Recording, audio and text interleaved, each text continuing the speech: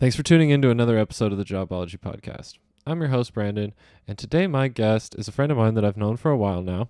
Her name is Madison, and she's the digital marketing producer on a very popular television game show. You'll have to stay tuned to figure out which one it is. She's going to talk to us all about some things that may happen when a correction takes place, as well as convince me that the previous host wasn't as bad as I might think he is. So without further ado, Madison.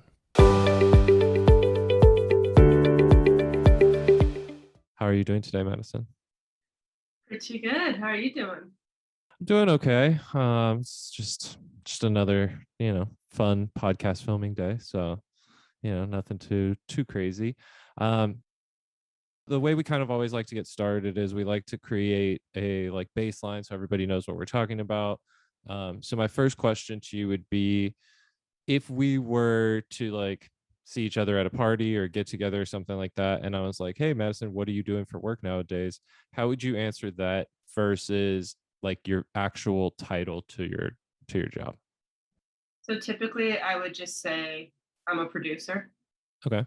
And then, people don't really know what that means, but it's like project manager. Okay. So got a lot of different things going on, not just one area of focus, but focusing on multiple different things. Yeah. Your job is herding cats as a producer. Like everybody thinks you're the money, but you're just the cat wrangler. Okay. Herding cats. Okay. And then what is your official title, I don't know, on your business card or? Senior digital marketing producer. Okay. Senior digital marketing producer. And then for what television show in particular? So the one that we are going to talk about was while I was working for Jeopardy. And I was just a marketing producer for them. I wasn't senior quite yet. Okay. Yeah. So little backstory, Madison no longer works for Jeopardy, but I thought that was, I don't know, too fascinating for me to pass up. We tape the show every night. I watch it religiously. So it's I can't not have somebody on where I can ask all the questions I've ever wanted to know about Jeopardy. So definitely, wanted to have Madison on for that particular reason. Why get into producing? Why start at Jeopardy? Is there do you go to school for it? Is it something that you just thought, hey, I'd be good at this, I'm going to do this? I mean, pretty much everybody that moved to LA, I moved there to work in film and television. I went to, I did film school for a bit, decided I wanted to focus on writing and got a creative writing degree. And then in LA, took a couple years to actually get staffed on a show, but I got staffed as a writing assistant and then moved from that to line producer's assistant, post-production coordinator. I just kept getting moved around, but it was one of those things where shows are getting canceled or the pilots aren't getting picked up every couple of months, looking for a new gig unless you get lucky and land on that one hit. So after a couple of years of doing this and Ubering constantly in between shows and hating that, I was like, all right, I need something stable. And so Jeopardy had an opening on their marketing team. And so I was like, oh, great. This is marketing isn't totally what I wanted to do, but it's still a producer's a producer, whether you're producing the show or producing on the marketing team, it's the same job. And it was year round and salaried. And I was like, hell yeah, sign me up. Nice. Yeah, I like that. So not necessarily, hey, I get started and I apply for Jeopardy, but I apply to work kind of in the industry and then kind of get in where you fit in sort of thing. Is hey, there's an opening here, I'll go here. If there's an opening here, I'll go here, and kind of just take what comes at you. So it was kind of an interesting way that it happened because most people who would have had my job would have come from a marketing background, but because it was marketing for a television show and I had a television background, a friend of mine was already working for the show and was able to get me in that way. Okay. So then, yeah, that was going to kind of be my next question is how do you actually start working for television? I mean, I'm sure a lot of people out there are yeah, that'd be awesome, but I don't know, how do I do I just start dropping resumes off at places? Am I emailing people, or is it hey, I know somebody in the industry and that helped out that way? It is, unfortunately, or fortunately, depending on who you are, always about who you know. there was not a single job in television that I ever got by sending in a resume. Every single job I've ever gotten was somebody I knew recommended me for something or offered me a gig on something. That's how every one of my jobs has ever gone in the film industry. Nice. So, well, I mean, yeah, like kind of you said, fortunately or unfortunately, depending upon how you're looking at it. But that kind of goes to the like, hey, be nice to people, be nice to everyone. You never know who, you're going to run into in the future. It's like, oh yeah, I remember we went to camp that one time. Yeah, we went to camp that one time. We went to school together. We went to what, and if you're leave a bad impression, it's just going to harm you. Well, and it's like you have to work really hard at whatever gig you're doing because that's always what leads to your next gig. Like my nannying job led to my first television job, led to my next television job. Like somebody from each job always brought me on to the next thing or recommended me to the next thing.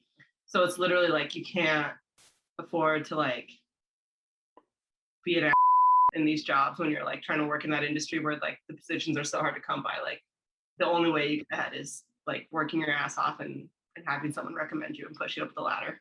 Yeah. Well, and it's like word travels fast. So if you are being rude or, you know what I mean, to people, it's going to get out there quick of like, hey, don't work with Madison. It's more trouble than it's, or whatever. And vice versa. I'm sure if you're pleasant to work with, people are like, hey, she's great to work with. Like, hire her, it'll go smoothly. Absolutely. And it's like people will still reach out to me about jobs. And, I'm living in Colorado now, so I'm like not taking LA jobs, but it's always like, hey, like I can't do this job, but like I know this person and this person who both do this and they're great. Like it's all word of mouth. Nice. And it's got to feel like a little nice confidence boost to you of like, oh, you guys still want me. Like, Oh yeah. Actually, it was like so glad the other day I got an email from an old boss to come be a post-production coordinator. And I was like, oh, I just bought a house. I can't go to LA for 5 months. oh, unfortunately, I'm going to have to pass. Um, what the one of the main reasons I started the podcast was I am fascinated about what people do on an average day. So like, you always like when somebody says, oh, I do this for a living, you have an idea in your head of like, okay, I know what that person does. But then if somebody was like, okay, what do they do? And had to like actually put it out there. It's like, oh, wait, I don't know what they do at all. Like, I think I know, or I know, a fraction of what they actually do. Um, is there an average day or something like maybe a like overview of an average day you could give us for what it's like to be a producer on a television show? So my role with Jeopardy was unique in that I was on the marketing team, digital marketing. So my day to day would be like it would switch from day to day. Like I would go one day to set, we would take 2 days a week. So I would go to the tapings and would take notes on anything interesting that happened that we could write a story on for the website or like funny moments that we would want to pull clips for our social media channels. So like I would sit at the tapings, take notes on anything that would be interesting for social, website, whatever. And then, the next day we go to the office and sit down with the marketing team. And it's like, okay, like once a week we'd have a meeting where everybody went through like, this was an interesting category from this game. This was a funny moment from this game. This mistake happened and we should write a story on why it was a mistake so people, understand the language part of it and like the thorough research that goes behind these clues. So there'd be meetings then to like determine what moments from that were worth promoting on our social channels and on our website. So then I'd take those back so that would be with the production staff of Jeopardy, who's actually like the executive producers of the show. And then I would take that back to my staff on the marketing team. And it would be like, okay, these are all the moments we want to use. Like, we're going to make this a video clip that we're going to put on Twitter. And this is going to go on Facebook. And there was a whole issue with this one clue where they had to like take back points or something. So we're going to write an article for the website on why and how that happened so that people can go to the website and understand. So there would be that. And then like a lot of my day was like updating the website, like updating the tracker of like who won the most games, who's won the most money, who's on a streak, which is when like someone's winning 5 or more games. So, it was updating the website, planning all the social media. And then on top of that, like we would do special things. We had a small little production studio in my office. So we would, film our own commercials sometimes for like the online test to promote that. Uh, we also ran the online test, so a lot of our time was dealing with that, which 3 times a year. It only happens 3 times a year, but those 3 times, like my day was like helping people get registered and like people who aren't computer Oh, savvy, like spending hours on the phone and being like, tech support. yeah. Yeah. Okay. So it's like everything I did was all over the place, like from being on set to being behind the scenes, updating a website. Okay. And then, sorry, we didn't really cover this or like mention it, but is there, do you recall like the time frame that you're doing this in, the years, maybe? I mean, I was at Jeopardy for 5 years. And so like I had like a set weekly schedule of like Monday, I started with the client meeting, the client being Jeopardy, because I actually was employed through a marketing agency. Okay. And so I'd go in on that Monday meeting, meet with the producers, we'd determine everything that was happening. Tuesday and Thursday, we'd be at tapings. Friday or Thursday, Friday, it was like getting all the work done. Okay. So you're not technically hired by Jeopardy, then you're hired from a marketing firm and then they put you on Jeopardy as like a client?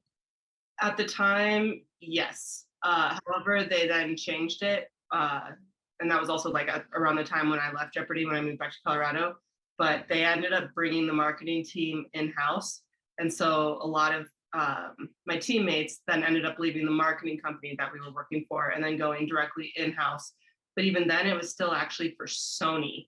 So Jeopardy isn't like Jeopardy, the entity that hires. Sony, the studio, produces everything. So you're a Sony employee, not a Jeopardy employee. Okay, gotcha. Okay, that's interesting. Yeah, because I don't think, I mean, I don't, I guess I didn't know how any of that worked really. I would have just assumed like, oh, you apply to work at Jeopardy and Jeopardy hire and then saw that. But I guess, yeah.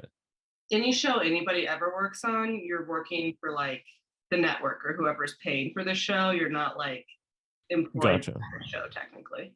The show's not its own business per se. Yeah. It's like a, gotcha. Okay.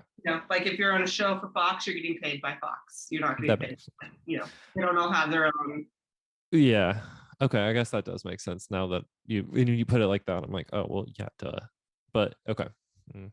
That's why we do this so that I can learn these little things that I always forget or don't know. Um, and I have you literally hit on like four of the five quite like little bits of four of the five questions that I have later on that I want to ask you. It's Jeopardy specific. So I'm like, okay, maybe you will know the answers.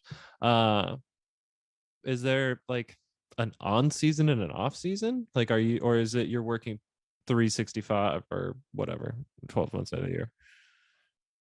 There are breaks. Like I was there basically right up until Alex Trebek passed. So how it's been going since then with all like when they had like plethora of posts and then all the changes, can't really speak to that. But while I was there, it was Alex's last 5 seasons, and we taped. I believe it was 47 weeks. No, Jeopardy airs 47 weeks of the year, and so we would tape twice a week, 5 shows a day. Uh, Alex was a freaking badass and a champ at what he did. So he would get in at like 6 a.m., read through the clues that day, and then tapings, like they'd kind of do all the morning prep work and like getting the players ready and everything. The first taping would be at 11. We would tape 3 shows. Um, each show took about an hour to tape. I was gonna ask that because yeah, I mean we see like 30 minutes obviously, but okay.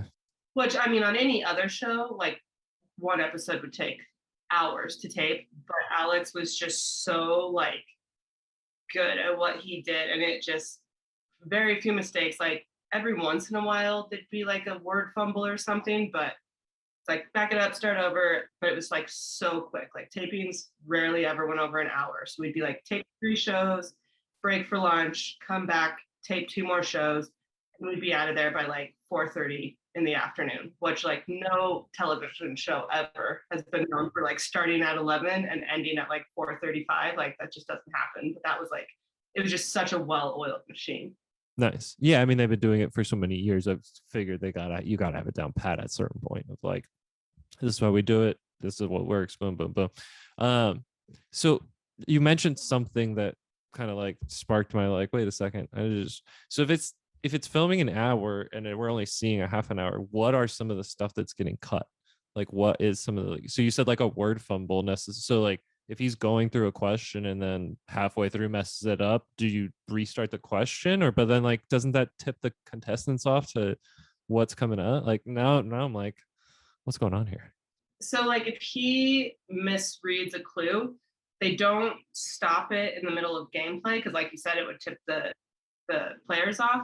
But what they do is so they play through it, and then at the commercial break, they then do like mic takes where they do hot takes of any lines that need to be reread so that they can fix the lines in Post. post. Yeah, but they don't need to like redo them for the players because they're reading it on the monitor. Like they're seeing the clue right there. So Alex fumbling the line isn't going to like mess up their ability to play or not. Gotcha. So there's a screen that they're looking at that's like telepromptering the question into them so that So the game board that you see on TV, like it's in front of them, it's massive, and clue actually pops up on it, and they're reading it as Alex is reading it, and they're paying attention to that because on the game board, this is one thing that people never get is they're always like, oh, it looks like they're locked out of the thing. It looks like their buzzer's not working. People always are like, the buzzer's not working. right. The lights on the side of it, if you watch, count down while Alex is reading or the new host is reading. And when the last light goes out, that's when you're unlocked to buzz in. If you buzz in too soon, you lock yourself out of the clip. Okay. So okay. Interesting. I didn't realize that either, I don't think, is that you had there, it's not like I can just sit there and click as fast as I can and then I'll get in if I get first. If I click in too early, then Then you're locked out. Yep. oh, Which a lot of people don't realize. So that was I like did not. part of my job was reading like all the like emails that come in about the show and like passing on the ones that needed to be. Yeah. And a ton of it was like, you cheats, like this Right. person's buzzer wasn't working, and constantly having to Gotcha. like explain how it works. Okay. So yeah, okay. So I mean I also didn't realize that there's an actual game board for them to look at that they're, necessarily watching. Okay. Something that I don't have later on too is like is there's an audience, I'm assuming. Mhm. Live audience every time. Is that like something you just have to go online, or is that again like I have to know you and you're like, yeah, come on, we'll put you in the audience? I mean, if you know somebody, they'll just get you in, But yeah, all you do is go to the website and you request tickets, and they'll email you tickets for, I think, I mean, you can get a whole big group going if you want. That'd be cool. So it's every day they do two audiences. They do one for the first three shows, and then they swap them out and do an audience for the last two shows. Nice. Okay, that's cool. Um, Now we kind of discussed average day. I think the breaking down of it of like, hey, for so actually, hold on. Two days we're taping. The other 3 days is like office work. You go into an office, you're like just doing emails, like kind of how you said of like commercials or whatever, social posts, stuff like that. It's like, I mean, there's so many different teams. Like, the writers are always writing and researching. The producers are dealing with what happened in show and how do we need to respond to something? Do we need to put up an article, whatever? My team was literally just like, this was interesting. We got to get this on social. This was interesting. We got to put a story about it on the website. And so like our day-to-day work is like my job, like I would go in and the first thing I would do is like read all the emails that came in from people to the website that were like questions or fan mail, go through all of that, sort out like what needs to go to a higher person or respond to simple questions, like sorting all that. And then it's like going through all the projects that are happening for social media and for the website, making sure everything's on track with that. And then, a lot of our big push every year was our online test that we did 3 times a year. So it was like, are we doing commercials? Are we, I did a lot of technical things like with the website too, where it was like redesigning the flow and stuff like that. And so there was really no standard day. No average day. Yeah. That's what I'm starting to find out with a lot of jobs is that it's hard for people to nail down like, hey, this is what my average day, unless you literally are working like a 9 to 5 average, typical job where I go in the office, I do this, I do that. But as most jobs, people are like, yeah, it's really tough to nail down an average day. It's like, different things are happening, different days. And so at least that's good to know that you're not going to get bored. There's going to be stuff to do. Very true. There was always something fun or new, whether it was being on set one day or filming a commercial next, or dealing with hate mail about how we ruined somebody's life because they couldn't figure out how to log into the online test. Oh no. Yeah, that's over exaggeration. So it's always fun. Yeah, you couldn't believe the number of emails I read about that, like people not being able to figure out that you have to register for a Jeopardy.com account and then you can register for the test. So, without a doubt, every single test, I would spend 5 days just responding to hate mail of people who couldn't figure out registration. Oh no.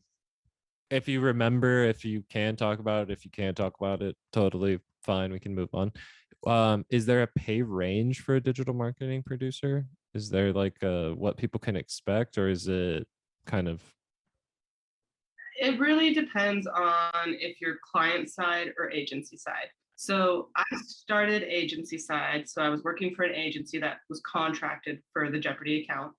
Mhm. They ended up moving client side, meaning they were employed by the client themselves. So if you're working client side, you can pretty much always guarantee you're going to make more money. Okay. Someone out in my role would typically, I mean, it's different for what state you're in. Sure. Um, Surprisingly, I make way more money at what I do now in Colorado than I ever did in. I think it's only surprising to people who aren't actually out here. The people that are out here are like, oh no, yeah, totally, that makes sense. Like, but everyone thinks like, oh, you must be making loads of money. And it's like, Yeah, no, I mean, I started as a production coordinator, or no, I started as I was an account coordinator and then became a production coordinator and then moved from that to producer. And yeah, like I think I started at like 45,000 a year and then ended somewhere in the 80s. And then when I left, I went client side for Fox. Like Jeopardy is great. Nobody ever wants to leave Jeopardy because it's a great place to work. well, and you were saying of like nobody ever gets out at 4:30. If you're, hey, this job I'm in at 11 out of 4:30 every day, it's not too shabby. So it was like nobody leaves. So there wasn't a lot of room for promotion because nobody leaves. Mhm. And so finally I was like, had this opportunity to go work for Fox, not Fox News. I want to be very clear. I never touched Fox News. But I was like, I want to go client side and see what it's like. And I mean, I got like a $20,000 pay raise just for going Oh client. wow. Yeah. Yeah. Okay. Well, that's tough to just turn down then. I mean, even if it was Fox News. Yeah. So it's definitely, you're always going to make more money if you're working directly for the client rather than an agency, because the agency needs to make money off of you, where the client, you're just an employee. Gotcha. Okay. So yeah, it's not so diluted with it's the client side as opposed to the agent side. For sure. Is there like I'm assuming your salary and like benefits and all that, medical, dental, all that jazz. Yes, because I worked through the agency. Okay. Client side, it really depends on what role you are. Like Jeopardy is unique in that it's a year-round show, and Mhm. the breaks are only for like 2 weeks around Thanksgiving, a couple weeks around Christmas, a couple weeks in the summer. They're not long enough where they consider like the show ending and restarting. And so because of that, you're employed year round. But if you were going to do this for like any typical television show, you're basically only an employee for like 6 months. And then you're figuring it out until the next show comes or the next season starts. Gotcha. Okay, that could be tough then. So yeah, it's like you got to be able to either budget really well or have gigs lined up so that like, hey, I'm good going forward. Exactly. So Jeopardy was definitely a rarity in that respect where you're getting a salary year round. Like that's not common for the field. Okay. Well, hey, that's why we do this so that people then know, hey, this isn't, but hey, if you're looking for Jeopardy specific, great job, apparently. It's a digital marketing producer job now through an agency, however, those are year round, and then you'll just touch all sorts of different projects. Like my company at the same time was working on a ton of HBO shows. Okay. Jeopardy was such a big monster that I never worked on anything but Jeopardy, but there were people who like worked on like 3 or 4 different HBO shows at a time. Okay, gotcha. So if it was something where it's like seasoned, they'd be like, okay, now that you're done with that, we're gonna move you to here. We're gonna so you're always kind of doing something. Gotcha. Okay. Is there any perks that we might not see, like as opposed to, but I mean, obviously we know the benefit side, which kind of discussed that, but like perks like, I mean, you kind of said going on set, I'm sure that's a perk. But is, or like cool parties or like cool, or like if there's maybe celebrity Jeopardy and you get to like meet somebody cool. I don't know. Celebrity Jeopardy was always fun. And like Yeah. the Tournament of Champions was always fun. Like these players end up becoming like famous in their own right to any huge Jeopardy fan, like Brad Rutter and Ken Jennings and Yeah. Buzzy. I love Buzzy, worked with him a lot. Nice. Funny dude. But yeah, whenever we had like Celebrity Jeopardy or any sort of like special event where we brought in, like we did like, I mean, they do so many different events, and that's always like, really, really fun. Like Aaron Rodgers was on set and like taking his butt once, and brought Olivia Munn, who just like chilled in the audience.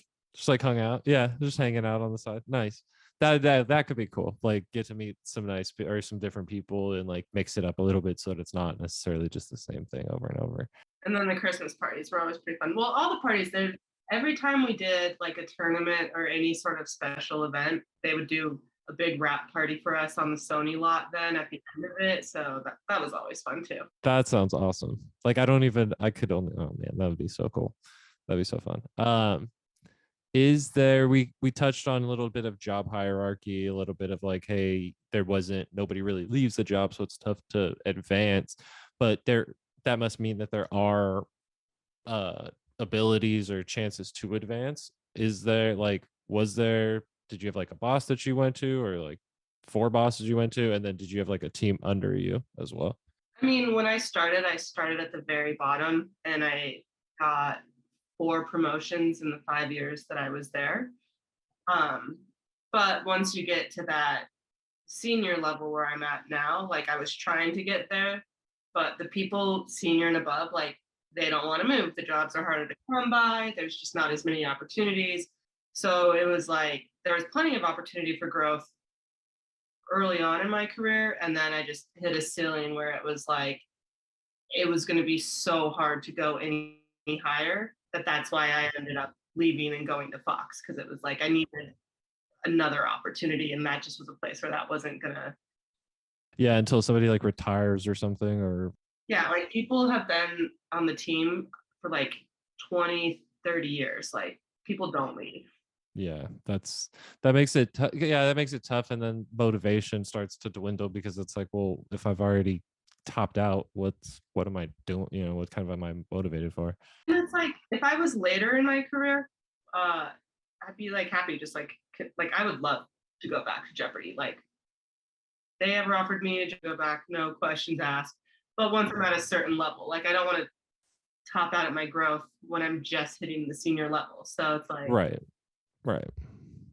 That makes sense. I can totally relate to that. I have kind of what we mentioned. I kind of got my 5 questions. Now this is where we're gonna move to this portion of the podcast. But first question I have is, can anyone be a contestant on the show, or do you have to like have a certain personality or a certain IQ? I was thinking maybe is like they're like a, hey, you gotta at least be like up to this point or you're not gonna cut it. so to get cast on the show, first you have to take the online test. It's 50 questions, and you have I think it's less than 15 minutes. I can't remember exactly how much time you get, but it's not a ton. Like it moves really fast. It makes you feel so good when you take it. I want to go to. I'm gonna take it. I'm gonna take it after this, and then I'll post my results or something like that. We'll figure it out. But Well, so you don't get your results. well, That's then the I thing. won't post. I'll post how I feel like I did on it. Like I I feel mean, like I aced that, you'll or I you'll feel know. like I did not. Yeah, right. Exactly. But so the number, depending on how hard the test is, because they change the test every night that they administer the test. They do it 3 times a year, 3 nights in a row. So there's a different test every night. And so 50 questions, typically to even be considered, you have to get about 35 out of the 50 correct or more. That number fluctuates depending on how hard the test is in comparison, how well people are doing, or how poorly people are doing on it. But there's always a benchmark for each test of like how many you have to get correct to even be considered. Then they take those people, reach out to them, and set up in-person interviews. And that's where it gets into the fact that you are casting a television show. Like you have to still be like personable and social. And so there's people who, are crazy, crazy smart, but like Freeze up when it comes to the yeah. So then they do all these in-person interviews, and that's how they do this all year long. They go from city to city to city to city doing in-person interviews to cast the show. So it really is a combination of how intelligent you are, which is step number one. You have to be crazy smart, and then you have to be able to, stand in front of a camera and not lose your cool. right. Not yeah, exactly. Still be able to function. Um, so since we're talking Jeopardy, it's answers and then contestants come up with the questions. So who comes up with the answers that the contestants then come up with the questions for? Is it like a panel of people? Is it a guy in a back when with a Trivial Pursuit book? There is a writing staff who all they do is they come up with ideas for topics, and then they research all these topics and come up with clues. And then a bunch of clues are submitted, and the final game boards aren't nailed down until like really close to taping. Like that's one thing that's so funny is people think that like people always think someone's fed clues or like, you know, the games aren't locked down until like the morning of taping, and like Alex didn't see the clues until that morning when he had to run through them to like deliver clues that day. And but it's a whole writing staff that like meticulously researches these topics, and then when they're actually taping, what you won't see is like right in the front of the stage is a panel of judges, which are made up of the executive producers and then the writers, and they will pause a game if anything can be like challenged or is questionable. Whoa, whoa, whoa, whoa, whoa, whoa, whoa, whoa! You're jumping ahead. You're jumping my questions here. I'll get there. I will get Okay. there. All right. Sorry. Answer the question at no, I'm just kidding. They're No. staff of writers and they research everything meticulously.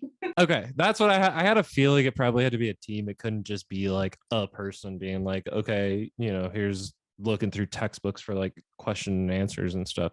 They have a whole library, like their staff library. Mhm. Like they have their own library, just full of books where they just are like, oh, this is interesting. Let's do a category on this. And it's just Gotcha. like 7 writers who just all they do is research and read and write. Mm-hmm. That sounds like it could be a fun job though for somebody that's really into that. That's like I'm gonna come up with the questions for Jeopardy. That seems like a good topic of conversation. Good luck getting that job. Yeah, no, oh no. And it's also I also thought when you were saying like, oh, I always thought like it's just a compilation of questions and then I guess maybe you fit them into like a category. But the way that you're saying is like no, it's you come up with categories and then deliver the questions within that makes a lot more sense. I mean, it can go both ways. Like a writer have like an interesting idea for a clue and then build a category around it.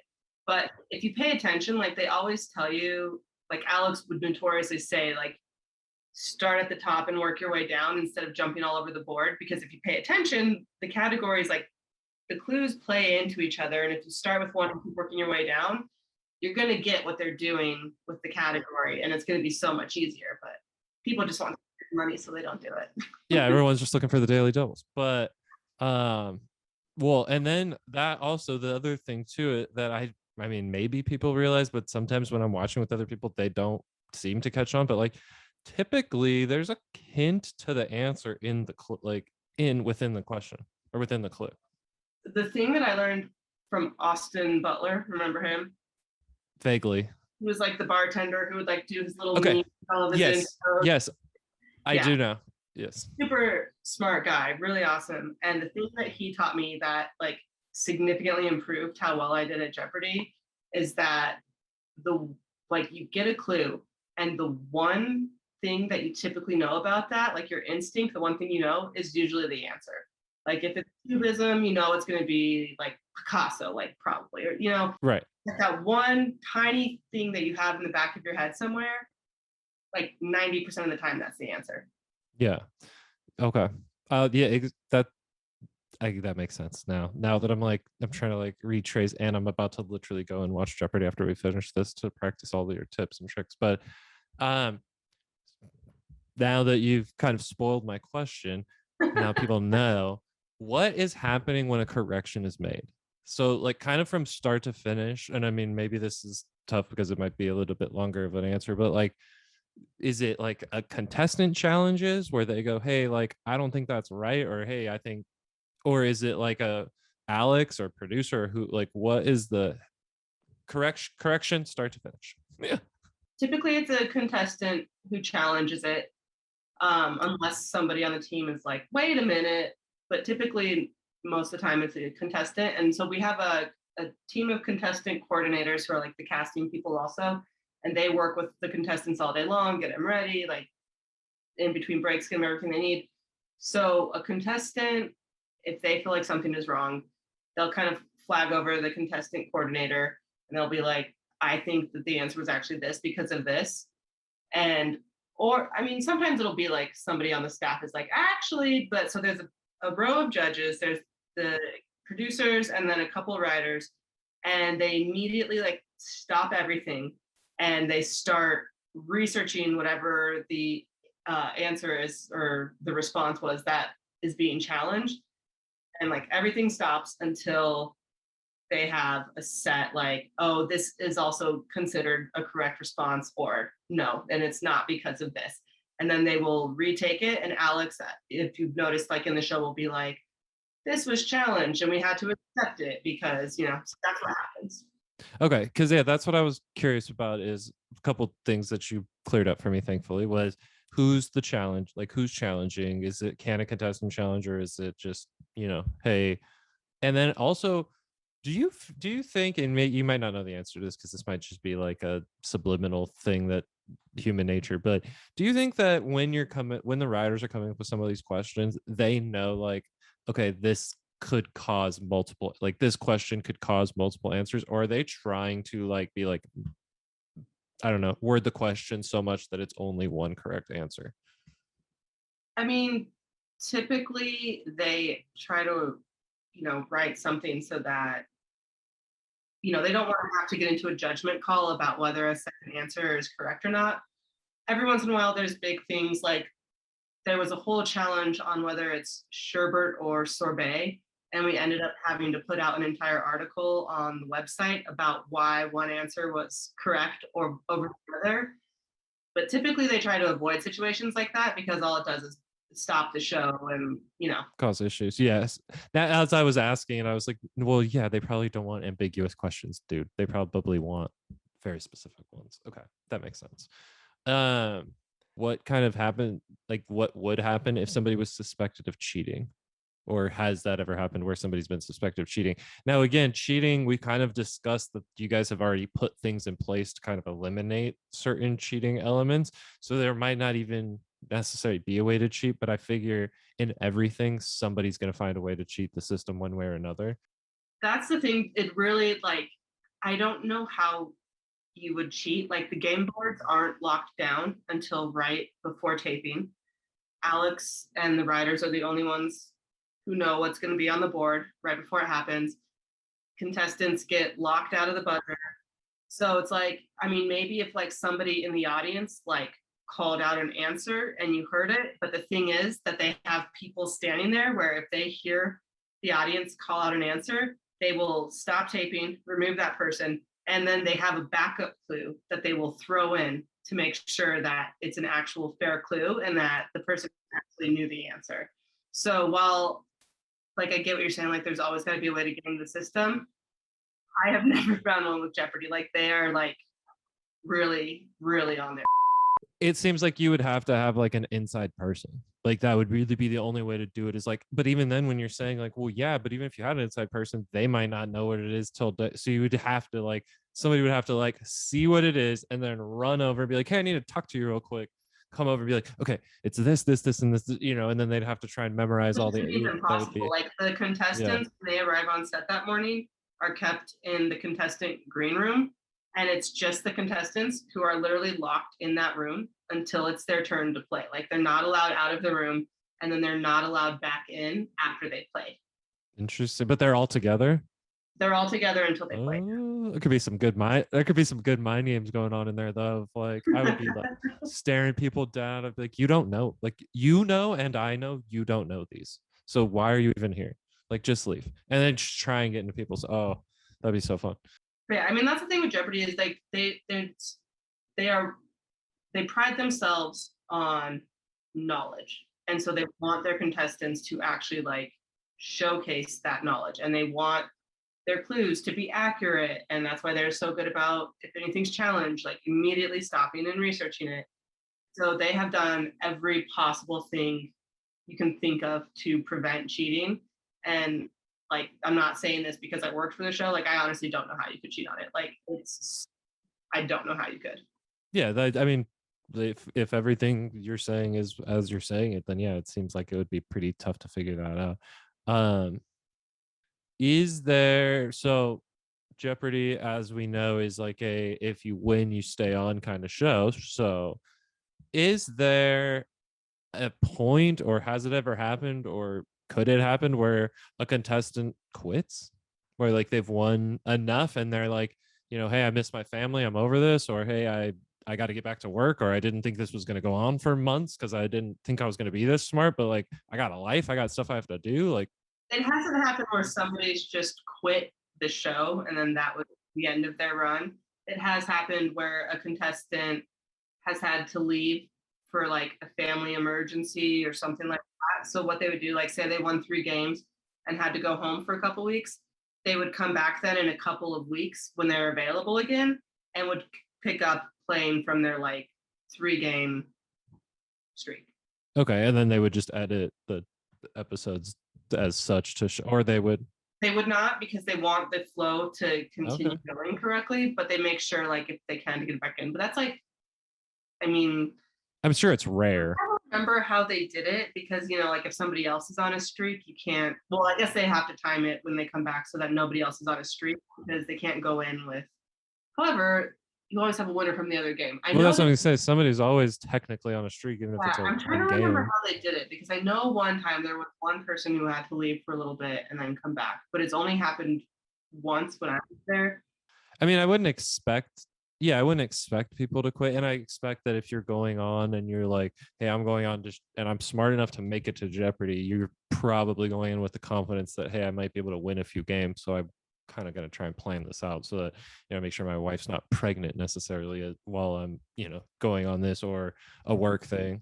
Buzzy Cohen was like filming, I can't remember, I think it was a tournament, but his wife was like about to have a baby and he was like playing like on call ready to like jump and leave to the hospital if he had to.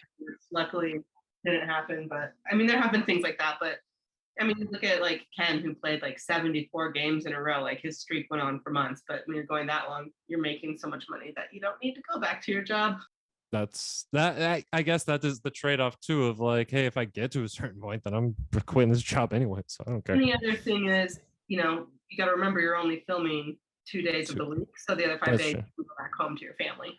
Okay, so the kids they don't have to like sequester or necessarily or like be kept away from everyone to be like, okay, the purity of the game kind of thing.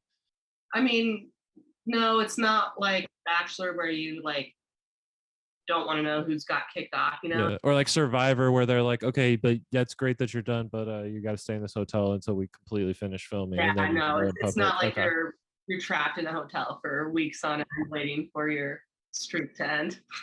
what if you're from like, So I don't know. Oh, go ahead. back on that really quick though. Also remember, like it's 5 shows a day, so Mhm. somebody could win 10 games and be done in In 2 days of 2 days. taping. Gotcha. So okay, yeah, that's how the TV magic is like. I'm thinking like, oh yeah, if you're on for 34 days, you're on for a month. Like Like, no, you're that's 3 days. Or no, whatever, 5 days, 6 days, whatever. My math is awful. Okay. Before we kind of move to the last portion of the podcast, there's something you brought up that I was like, I don't know if I want to mess with it, if I just want to let it be, but I feel like maybe it'll fit, or maybe if somebody might get a kick out. I don't know. But I have been known to maybe not be the biggest fan of said host of Jeopardy that we've been discussing. God rest his soul. I just always got a smugness out of him. I don't know why. I mean, that's just like I always got that vibe of like he thinks he's better than everyone. I could see how that plays on TV when he's Okay. like, oh, sorry, and like how much shit he dishes out. Yeah, that or just like the pronunciation sometimes I'm like, okay, bro, like we got it. You know French.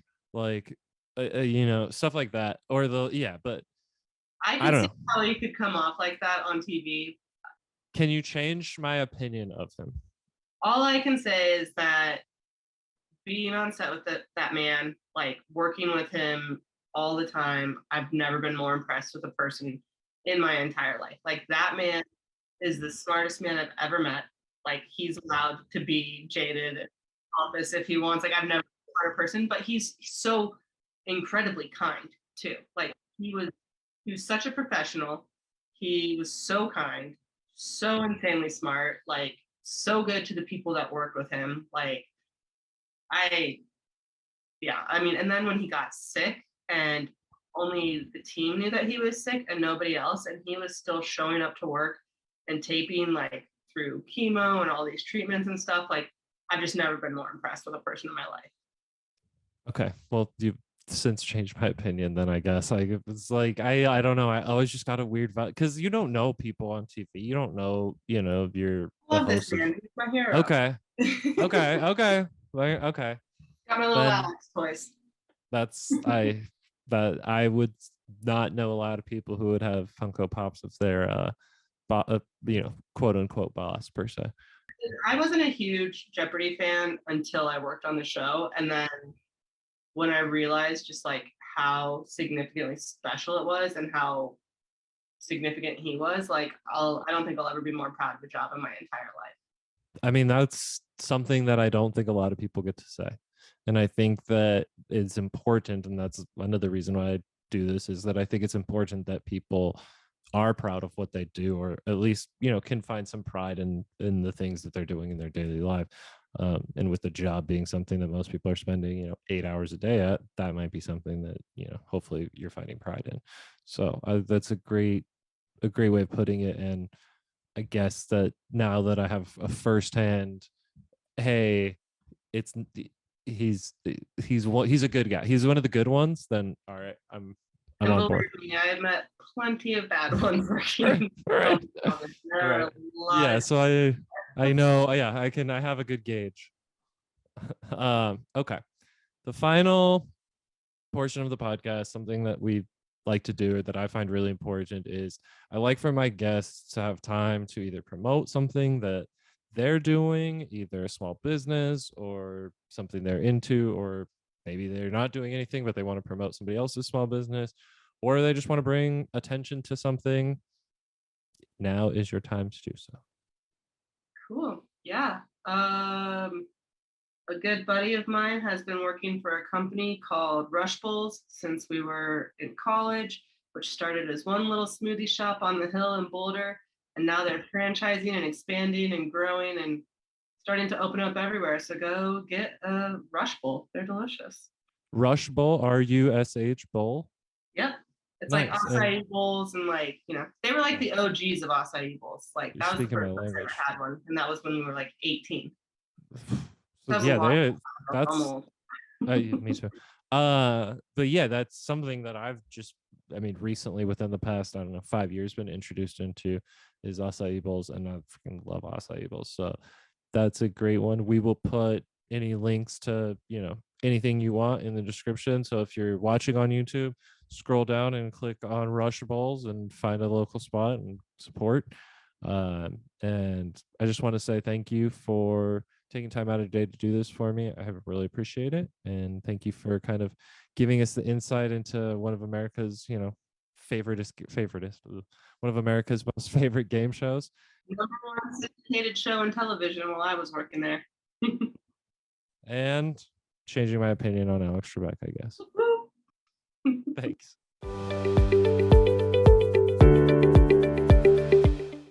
Well, that's it for another episode of the Jobology podcast. Thanks, Madison, for giving us an inside scoop on one of America's favorite game shows.